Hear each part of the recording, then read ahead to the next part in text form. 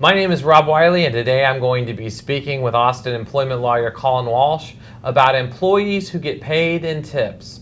Now, there are special rules for tipped employees, but let's start off by talking about what kinds of employees are allowed to be paid tips as opposed to be paid the minimum wage.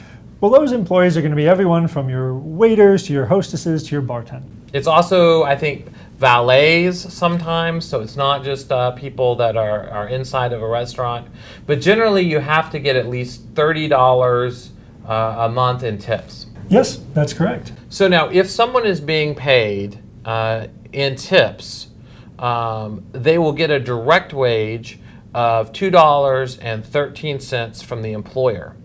But how is it that they then satisfy the minimum wage requirements? Well, that's because the employer can take what's called a tip credit of $5.12. So essentially, $5.12 from tips gets added to the $2.13 for the purposes of meeting the minimum wage. But this is really important. That tip credit, that is a privilege. That's not a right. And employers can only take that tip credit if they follow all the rules. And so, of course, the first rule is they have to explain what they're doing. They've got to tell the employees ahead of time how the tip credit works and what they're going to be doing. But there are also some common violations. What are some of the common violations that you've seen where an employee loses that privilege of being able to take the tip credit? Common violations I've seen are requiring employees to pay breakage fees, requiring employees to tip out to management, requiring employees to pay for walk tabs. These are all violations of the FLSA. Yeah, and I've also seen where, for instance, you include people in a tip pool who you can't include. The most common is kitchen staff, cooks, dishwashers. Those aren't folks who can be included in a tip pool, and if someone is ever required to share their tips with a dishwasher, with a cook, with someone who's working back of the house, then that means that the employer can't take the tip credit privilege. Now, what happens if an employer breaks one of these rules? If they make an employee pay breakage fees or make them pay for walked tabs, what happens then in a lawsuit against the employer? Well, what would happen is the tip credit would be completely invalidated.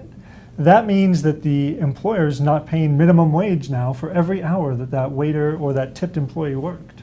And this is a big deal because those damages can be huge because the employer has been claiming $5.12 an hour in order to make minimum wage. And when that's invalid, the employer has to go back and pay $5.12 for each hour that that waiter or that bartender or that valet ever worked.